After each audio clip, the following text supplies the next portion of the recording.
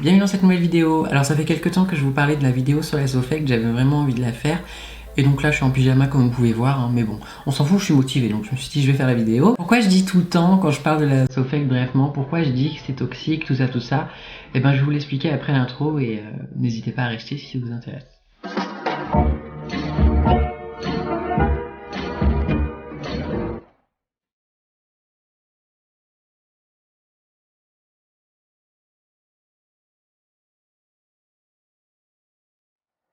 Bon alors déjà Sofect, qu'est-ce que ça veut dire? La Sofect ça veut dire Société Française d'Études et de Prise en Charge du Transsexualisme. Ils ont ensuite barré transsexualisme et ils ont mis de la transidentité, sûrement pour faire un petit peu mieux. Et pour rentrer plus dans les détails, la Sofect c'est une équipe de spécialistes autoproclamés spécialistes concernant la transidentité, donc ça va être des chirurgiens, des psychiatres, des endocrinologues, des médecins tout simplement, et ils vont constituer des équipes dites officielles. Il faut savoir que la première équipe dite officielle est apparue à la fin des années 70 à Paris. Quand on parle de parcours, moi j'ai fait un parcours dit privé. Quand on passe par la Sofect, ça s'appelle un parcours dit officiel. Ça ne veut pas dire qu'il est mieux pour autant. Je vous explique pourquoi. À la fin des années 80, la Sofect a fait circuler une circulaire qui était interne au ministère de la Santé, imposant que pour être remboursé, il fallait passer par la Sofect. Tous les frais d'une transition, tout simplement, seront remboursés exclusivement pour les personnes qui passent par la Sofect. C'est illégal tout simplement parce qu'en France, ça fait partie de la liberté de chaque individu de choisir les praticiens auxquels il va faire appel. Et donc cette circulaire illégale est restée secrète jusqu'en 2004. C'est en 2004 que la Cour de cassation l'a rendue officiellement illégale. Donc déjà, on commence pas avec de bonnes bases. Il faut se dire que dès les années 70, 80, 10 ans après, eh ben, ils commençaient déjà à faire des coups un petit peu tordus, quoi. Parce que faire ce genre de circulaire qui impose qu'on est obligé de passer par eux, oui, parce qu'il y a beaucoup de personnes qui sont passées par la Sofect parce qu'elles n'avaient pas le choix, parce que voilà, au niveau financier, on n'a pas tous les moyens. Il y a beaucoup d'irrégularités entre les personnes, et donc beaucoup sont passés par la Sofect pour pouvoir faire une transition, sans savoir que c'était tout simplement illégal d'être obligé de passer par la Sofect. Donc déjà, ça c'est pas du tout honnête. C'est en 2010 que dans le silence, la Sofect a créé des groupes officiellement quoi, comme le Grétis de Lyon par exemple. Il faut savoir qu'en France, il y a plusieurs équipes officielles. Je crois qu'il y en a 6 ou 7, peut-être 7. Dans tous les cas, vous allez sur Google, vous tapez la Sofect, vous allez sur le site et vous allez voir toute la liste des équipes dites officielles. Et vous pourrez savoir si c'est la Sofect dont il est question. Parce qu'il y a beaucoup de personnes qui sont au Grétis de Lyon et qui ne savent pas que c'est la Sofect. Mais si, au Grétis de Lyon, c'est la Sofect. Bon alors jusque là, vous êtes en train de vous dire, bon, il y a juste une petite circulaire pour forcer les gens à passer par la Sofect. Voilà, non. Je vais vous donner un exemple, par exemple. La présidente d'honneur de la Sofect, qui était Colette Chilan, qui était une psychiatre aux idéologies complètement transphobes, a sorti dans des livres des phrases complètement... Par exemple, dans son livre Au titre aussi grossier que son contenu, elle y écrit que les personnes trans souffrent d'un problème narcissique ou d'un problème de transmission fantasmatique de désir inconscient des parents. Ou encore qu'il n'est pas question qu'un transsexuel mâle biologique soit féministe. Il ne peut que se conformer de manière caricaturale aux stéréotypes sociaux pour se faire reconnaître comme une femme et vice-versa. Alors déjà, ils sont malhonnêtes. Ils cachent des circulaires comme ça. Et à la tête, on avait une présidente d'honneur complètement transphobe. Voilà. Je pense que ça représente très très bien la Sofect. Alors aujourd'hui, je ne sais pas qui est président ou présidente parce que Colette est morte.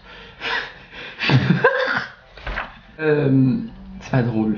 Donc comme vous pouvez voir, je triche, hein, j'ai tout écrit sur des feuilles.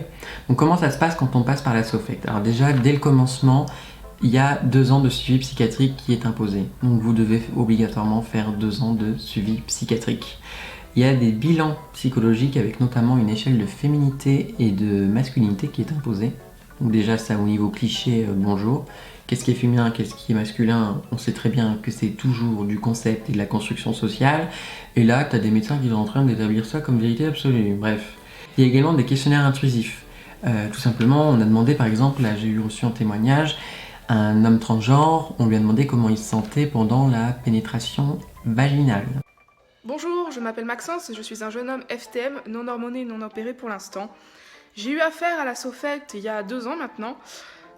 J'ai beaucoup entendu parler de cette organisation en mal, bien évidemment. J'en ai entendu parler parce qu'apparemment elle s'était autoproclamée officielle dans le parcours des trans. Et il paraît que l'organisation en elle-même est assez transphobe dans les questions qu'elle pose. Et je voulais me faire mon propre avis, donc j'y suis allée malgré tout. Ma mère aussi était convaincue que c'était la bonne option puisque elle a vu quelques trans sur des groupes Facebook vanter les mérites de la SOFECT. Du coup on y est allé, la psychiatre m'a mis en confiance au début, et puis au bout de la deuxième séance, elle a commencé à me poser des questions gênantes, qui pour moi n'ont aucun rapport avec la transidentité.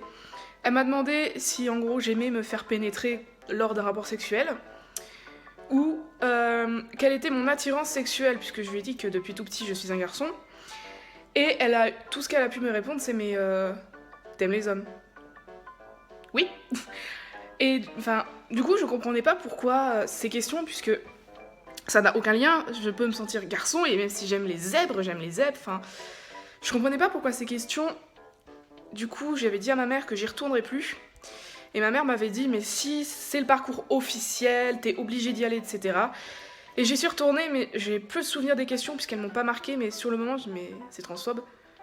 Enfin, ça se pose pas ce genre de questions, c'est des trucs... Ça se pose pas vraiment comme question à un trans, enfin...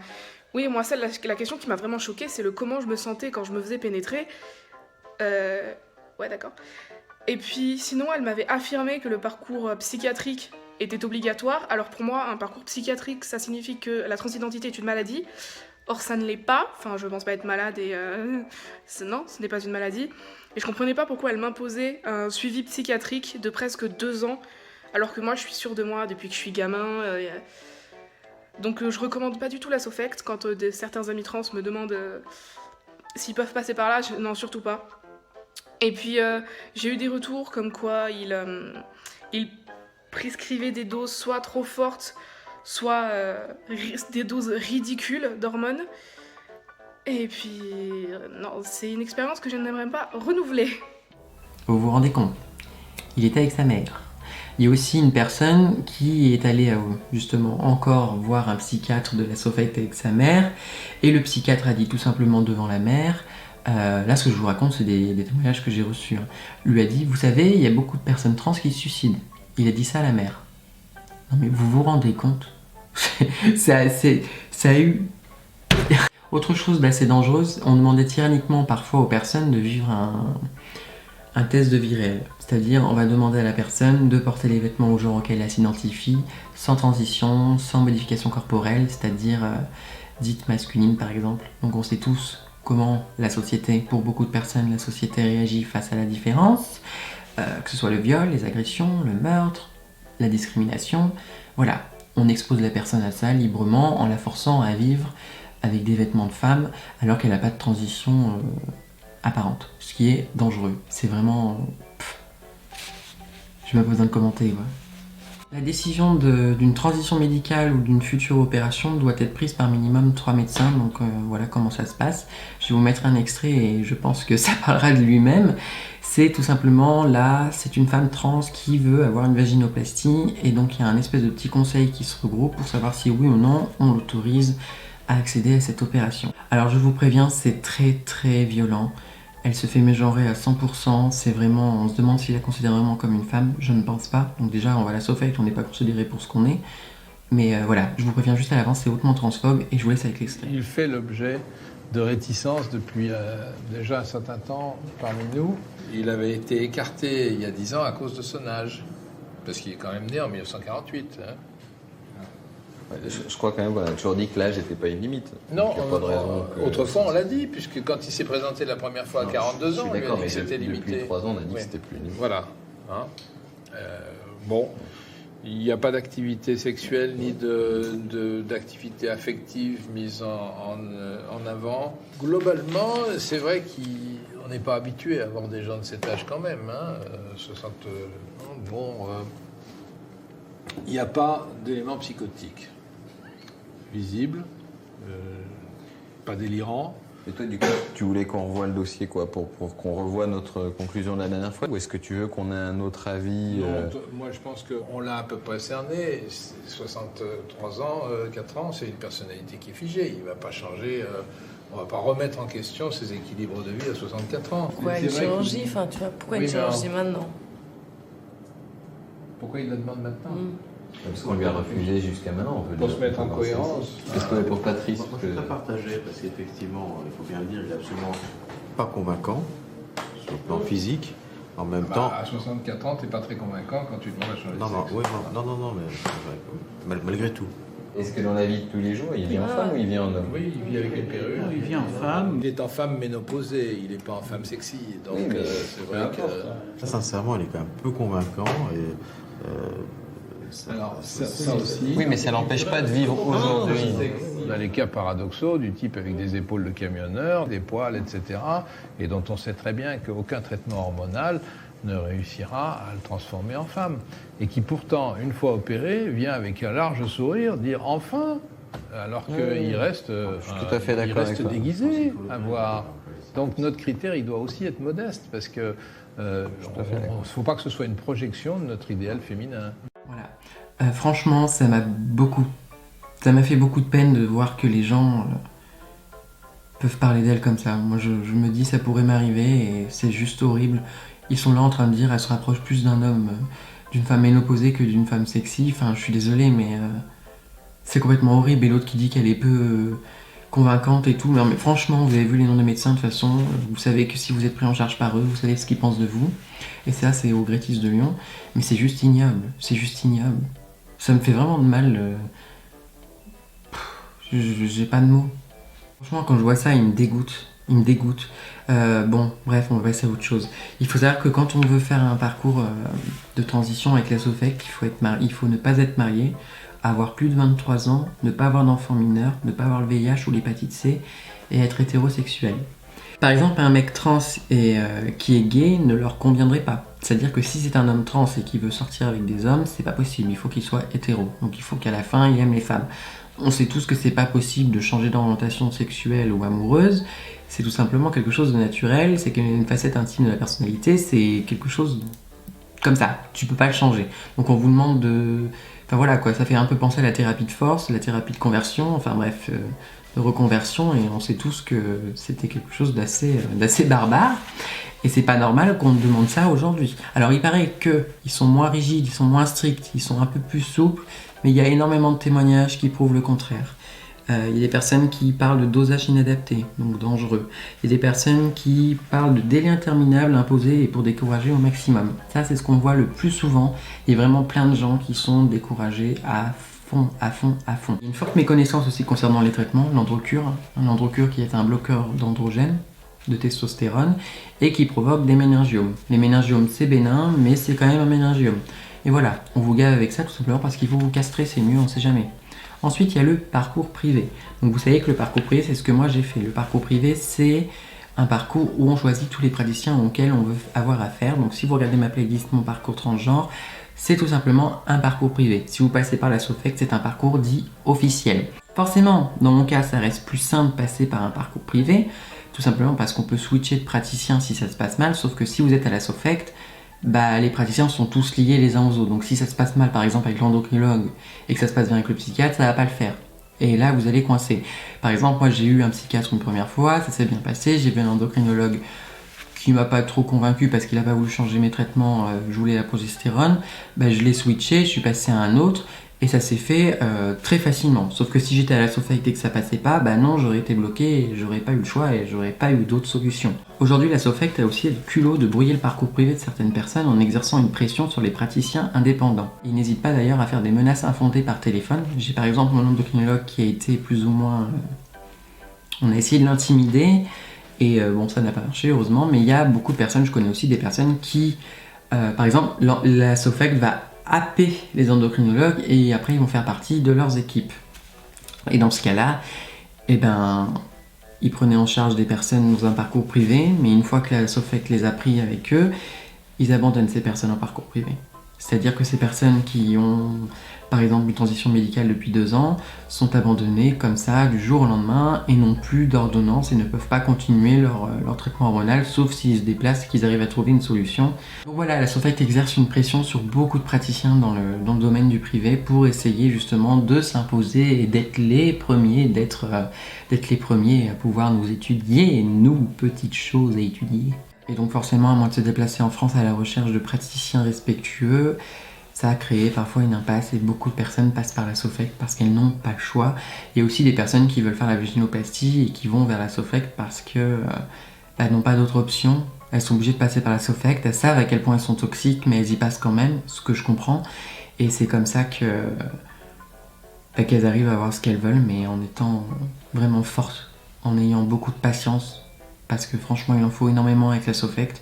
Franchement, faites quelques recherches sur internet et vous verrez tout ce qu'on peut dire de négatif sur eux. Ils sont vraiment, vraiment, vraiment mauvais. Vraiment mauvais. Alors moi, j'ai vu le docteur Machefaut de la SOFACT pendant 5 ans. Et au début, ça allait. Mais je me suis vite rendu compte qu'il essayait de me faire poireauter un maximum. C'est-à-dire que il a super vite fait d'établir que oui, j'avais de la dysphorie de genre, non, elle n'est pas causée par des délires, et non, il n'y a aucune contre-indication pour ma transition médicale. Et quand bien même, il a fait traîner les choses. Et parce qu'il voulait trouver une explication pour ma transidentité. Et selon lui, j'étais atypique parce que j'avais une manière de parler un peu inhabituelle, parce que je suis autiste. Et en plus, j'étais pas genre le bon gros cliché du mec. Pour lui, tout ce qui sortait des stéréotypes, ça allait pas. Et en fait, la SOFACT, elle promouvoit 2 concepts du genre. C'est-à-dire qu'il y a la fille, poupée, dinette, maquillage et robe, et puis il y a le garçon, qui est bière, football, Lego et puis pantalon. D'ailleurs, une fois, le docteur, il s'est énervé contre moi, parce que j'avais dit que les Lego étaient unisexes, donc on en est à là quand même. C'est-à-dire que les patients, ils vivent dans le monde réel, mais la SOFACT, elle vit dans un catalogue jouet club.